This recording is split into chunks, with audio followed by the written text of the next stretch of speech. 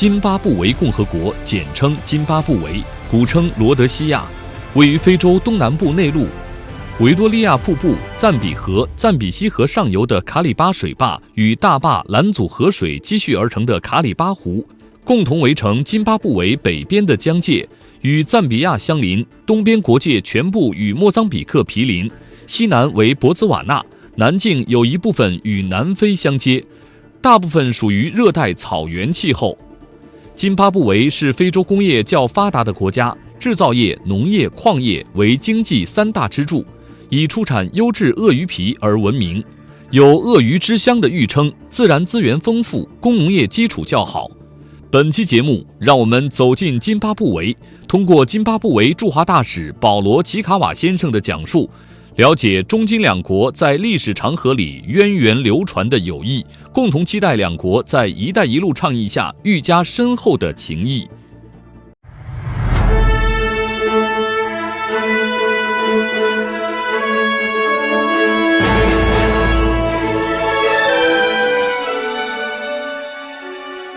几十年来，中津始终真诚友好、团结合作。早在上世纪60年代，在津巴布韦追求国家独立和民族解放斗争过程中，中方就曾向津方提供了无私帮助。1980年4月18日，津巴布韦共和国独立当天，中津两国建立了外交关系。建交38周年以来，双方相互理解、相互支持、相互帮助，友好合作关系顺利稳定发展，双边务实合作成果丰硕。中国目前是津巴布韦的第4大贸易伙伴，也是其最大的投资国。中国为津巴布韦援建了一系列项目，包括津地标性建筑哈拉雷国家体育场，以及医院、学校、水坝、服装厂等。近年来，津巴布韦从中国进口了大量商品，在津巴布韦国内，上至总统府的装修，下至平民百姓的日常用品，中国制造无处不在。不少在建的重大基础设施项目都是由中国金融机构提供融资支持，并由中国企业承建的。2017年，中国对津巴布韦投资累计已经超过18亿美元，双边贸易额达到13亿美元。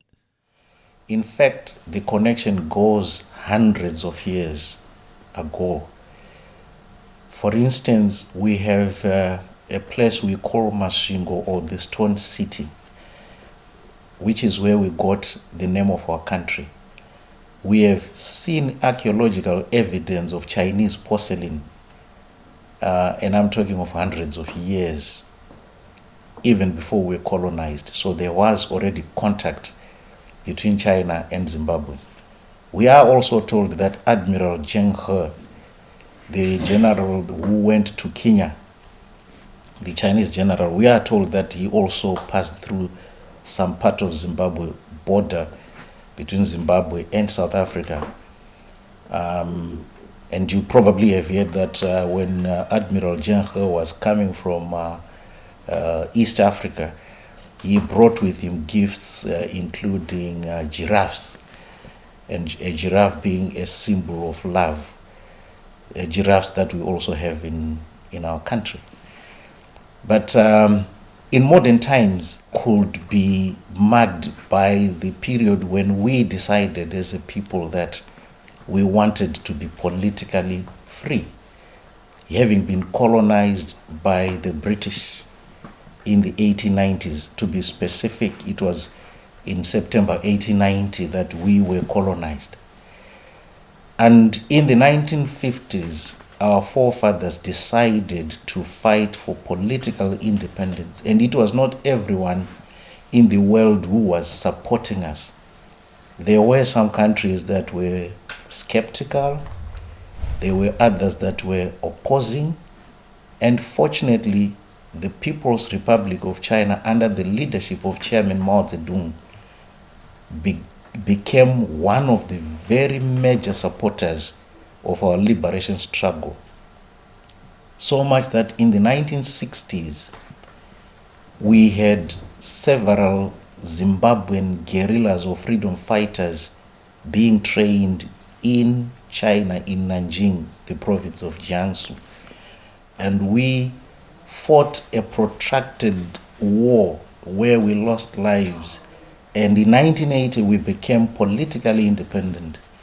You probably know that if you follow the Chinese history, about the same time in China, there was also the economic reforms and opening up policies articulated by the late great leader Deng Xiaoping. And that was about the time when Shenzhen became a special economic zone. It was a fishing village then of about 200,000 people. I hear now it is about 17 million people. So in terms of age, Shenzhen is like the twin of Zimbabwe. But something that is also significant is that it was on the 18th of April 1980 that we established diplomatic relations with the People's Republic of China, our day of birth, the very day. And it is also significant that our founding father, President Robert Gabriel Mugabe, chose China as his first destination outside Africa when we became independent in 1980. And the current president followed suit when he took over last year, and in April this year, he chose China as his first state visit. I'm not talking of his visits in the region as well as to the Davos in Switzerland. So over the time, our relations have been deep, broad, and comprehensive. We used to call each other all-weather friends. We now call each other comprehensive, strategic, cooperating partners. I think the relations between China and Zimbabwe are in a state of continuous development. You refer to the Belt and Road Initiative, and I'm happy to tell you that Zimbabwe is among a few African countries that have been offered some strategic place in Qingdao under the Belt and Road Initiative. I may not give all the details, but what I'm telling you is that Zimbabwe is one of those countries that is well poised to participate very effectively in the Belt and Road Initiative. And so far what has happened is, for instance, in Zimbabwe we have one of the 7 natural wonders of the world, which is also a UNESCO heritage site, the Victoria Falls. We've got an airport there, which we have extended with the support of the Chinese institutes. In this case, the contractor is from Jiangsu, the funder is the Export and Import Bank of China. This is already up and running. So that's part of the Belt and Road Initiative. We are also pursuing various projects in terms of infrastructure. We actually have concluded one power station, which is the Kariba South Power Bank Extension project, which was commissioned in March or April this year. We have begun extending or expanding number 7 and 8 of a thermal power station to the northwest of the country, which is about 100 kilometers from the Victoria Falls, the same Victoria Falls that I've talked about. I've just given you a few of the projects. So, and then of course power transmission and distribution. So the direct answer is yes, relations between Zimbabwe and China are continuously improving. But does that mean that we have reached the full potential? The answer is no. Why do I say the answer is no? When you go into the statistics, the figures, you see that while the relations are very robust in terms of the social, the political, the cultural, when it comes to the numbers, in terms of investment, in terms of trading, perhaps the numbers need to grow, and they should, and I'm sure they will grow. I say this because we are a country that is richly endowed with very, very many different kinds of resources, including our human resources.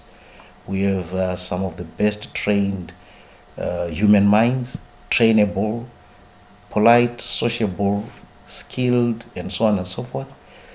We also have natural resources that number up to more than 60 different kinds of minerals, and some of them we are the number one in the world. Some of them were in the top 5. Lithium is a case in point. We are rated number 5 according to some statistics, and lithium and new energy, you can't separate the two. We have sites and in terms of tourism products, which has just had the 3rd summit, very successful summit, and we are grateful as Africa for all the initiatives that His Excellency President Xi has put at our disposal. You may wonder why I'm saying this. I am only saying, as I address Zimbabwe-China relations, there is no way I can avoid talking of third parties. And these third parties are not limited to China and Africa. They include anyone and everyone who has a mind to say we want a community of a shared future, which is what President Xi is talking about. And to do that, peace is of essence. That FOCAC at the UN and so on and so forth, regional diplomacy. And then we have visits. For instance, His Excellency President Xi Jinping visited Zimbabwe in December 2015. His Excellency President Mnangagwa was here twice this year, April and September. April state visit, September FOCAC. Before that, our founding father, President Mugabe, I think he visited China for 14 times in his tenure as president. And of course, His Excellency President Xi was the second Chinese president to visit Zimbabwe. I think the first one was President Jiang Zemin in the year 1995 or 96, one of the two. I know it took us 19 years between the two visits. But there have been other levels. Now Vice President Wang Qishan went to Zimbabwe as a vice premier. Others who have now retired, like the NPC chair of the time then, Wu Bangwo, His Excellency Wu Bangwo went to Zimbabwe. So robust. We are very connected in terms of diplomacy. And we also look out for each other's core interests. 中金双方都有着过去被西方列强剥削的历史，也有着共同的未来命运。无论国际风云如何变幻，始终风雨同舟，患难与共。在平等互利、合作共赢的原则下，中金友谊走向了新的高度。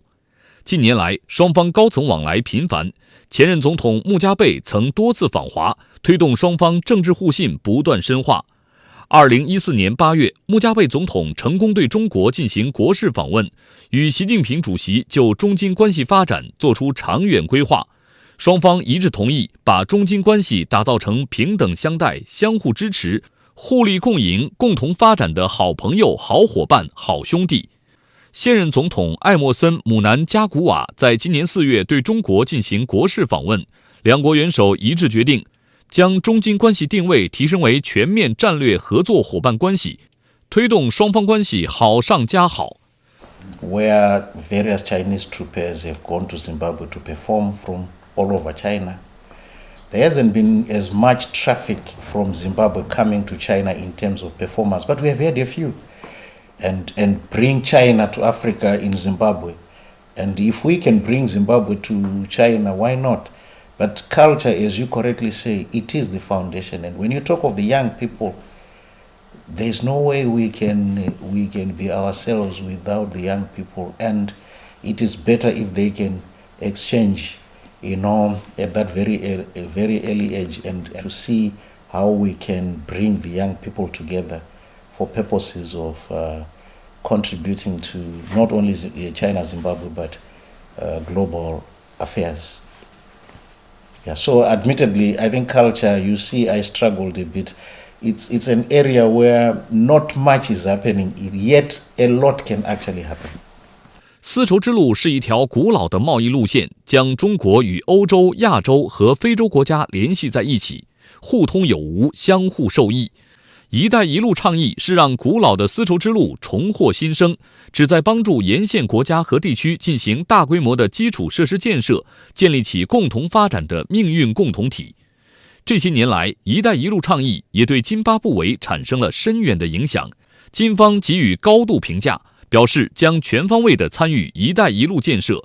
中国目前在贸易、投资、基础设施、航空运输等领域与津巴布韦加强合作，援助农机农建，积极拓展和恢复津巴布韦原有经济生产。I invite our Chinese friends not only to tour Victoria Falls, but also to invest in the Victoria Falls so that we share in the benefits. We have already done that at the airport level. We can do that at the regional aviation cooperation level, where we can actually have flights from China fly into Victoria Falls, and then we have regional flights from Victoria Falls to the other countries. And then the area of agriculture. Agriculture is the number one culture. And I want to quote what President Xi said when he adjourned the meeting on the 4th of September, the FOCAC meeting, because he adjourned the meeting so that we would go for lunch. He said, food is not a joke. Food is a right. We must go and feed so we have energy. We can come back and continue with business. And when they came back in the afternoon, it was no longer President Xi presiding. It was President Cyril Ramaphosa of South Africa who was presiding. But what had happened was food.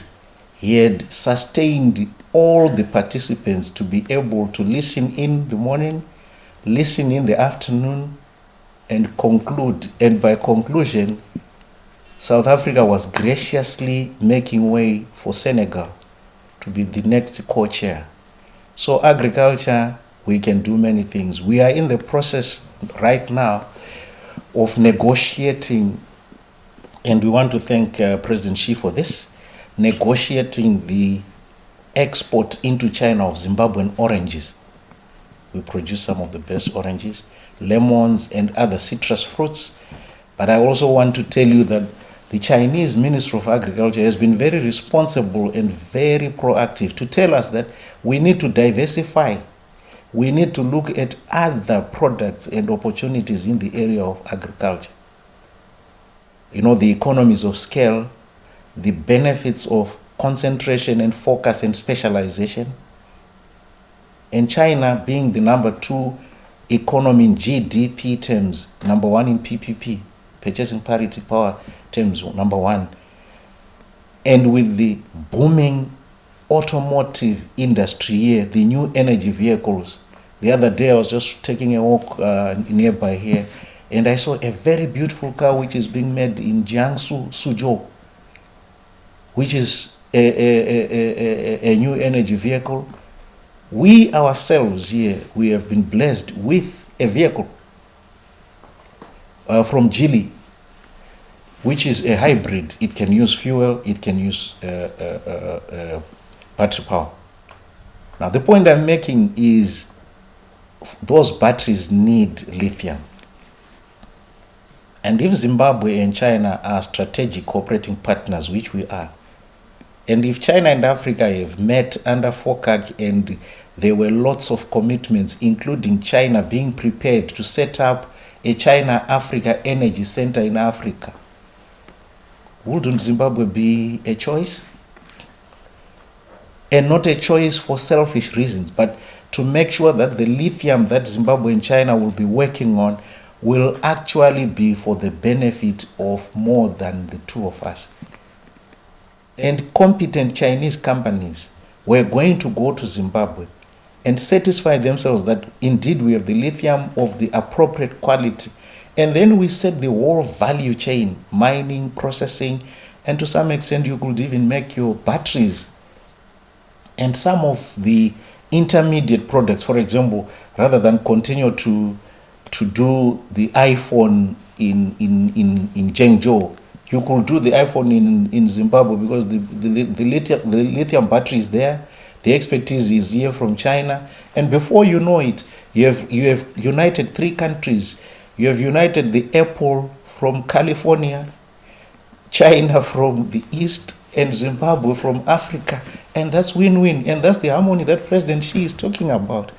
The fact that our president was here in September together with 40-something presidents also shows that we are building towards the community of a shared future. The fact that our president issued a statement together with other presidents in open session where he supported the initiatives also suggests that we are building that. And the fact that when our president came here in April, President Xi actually went out of his way to ensure that we were given some projects, even though we are in arrears, means that they are building blocks.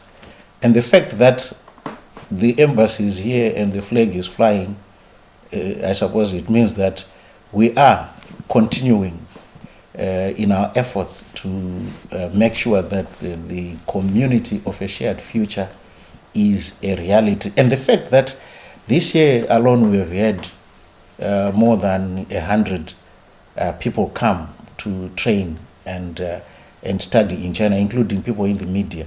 Because once all these people have the full picture, they can go back home. The reality of today, the feasibility of a community of a shared future, how feasible it is. So yes, the last question was rather, my answer was rather robust. So the challenge perhaps is to try and discern from the Oriental wisdom, the Confucian wisdom, the Socrates of the past, the Plutos of the past. But I keep, in my view, I put Confucius very high up. Sun Tzu, or Sun Tzu, the one who wrote The Art of War, the book The Art of War. Maybe diplomats, myself included, we need to read this. And diplomacy should be the lubricant of interstate relations. And diplomats should be able to shake hands even when their military are fighting. Diplomacy is the other side of the intelligence coin. 去年11月以来，津巴布韦政府出台了一系列政策法规，使营商环境、投资便利性得到大幅改善，重点发展经济，促进就业，吸引外资，加强与中国的战略对接，深化在“一带一路”和中非合作论坛框架内合作，继续有序推进基础设施建设、农业、投融资等领域合作，以实现2030年迈入中等收入国家，重现南部非洲面包篮的目标。今年7月1日起，津巴布韦宣布，赴京中国游客和商务人士将享受落地签政策，以吸引更多中国游客和商务人士来津旅游投资，促进两国旅游业发展。他们热情地邀请中国这位老朋友与他们一道，在这片神奇的非洲大地上共同展望新的未来。And I'm grateful to the government and people of Zimbabwe for giving me that opportunity. I've just been exposed to a good environment. I look forward to a world where there are more bridges than walls. And I hope that the community of a shared future will be defined by projects and not by rhetoric or what we say. I know China has done its part and is doing its part. I know that when in 18 years ago, when FOCAC was formed, the trade between China and Africa was less than 10 billion. It's now almost 200 billion. I know that in November, China is opening its doors to the Import Expo, the International Import Expo in Shanghai. China is saying if you have things to sell to China, we give you the platform. I know of other various initiatives. Now I'm not talking to Zimbabwe, I'm talking to whoever cares to listen. To say, let's stretch our hands and embrace this gesture from China for a truly community of a shared future. So let's not look at what country A is getting out of its relationship with China now or in the future or in the past. Let's say the past is gone. We have a Chinese leadership which is saying let's have a community of a shared future, so that when our diplomats do their work correctly, we also make our military people rest so that they don't have to fight because we failed to talk. 2018年是中国提出“一带一路”倡议5周年。如今，中国与津巴布韦在历久弥坚的传统友谊与合作的基础上，深入发展双边友谊，促进互利共赢和民生的全面发展。借助“一带一路”倡议和中非合作论坛机制，共同为国家发展开拓新的机会，并注入新的动力，携手推动中国梦、津巴布韦梦和非洲梦的全面实现。